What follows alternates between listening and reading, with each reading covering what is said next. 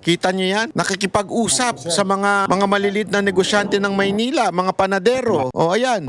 O, nakakapagsalita sila. Nakakausap nila yung mayor nila. Talagang ama ng Maynila.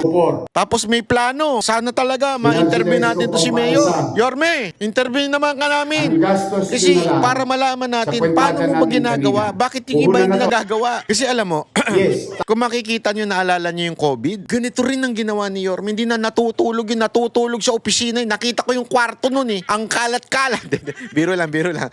Nakita ko talaga eh. Nandun na siya natutulog dahil may pandemya nun eh. Ngayon, ito na naman, nagtatrabaho ng ganyan. Sorry ayoko i-compare, pero asan yung presidente natin? Dapat ikaw ang gumagawa ng ganito. Di ba? Dapat ikaw may ganito. We'll look into it, but Ba't ayaw mo makipag-usap sa taong bayan? Puro picture, puro speech na nakatayo ka lang, di ka makagalaw-galaw. Maayos pa ba kalusugan mo? O sasabihin mo na naman nagda-diet ka kaya ka pumapayat? Naglulukuhan tayo eh.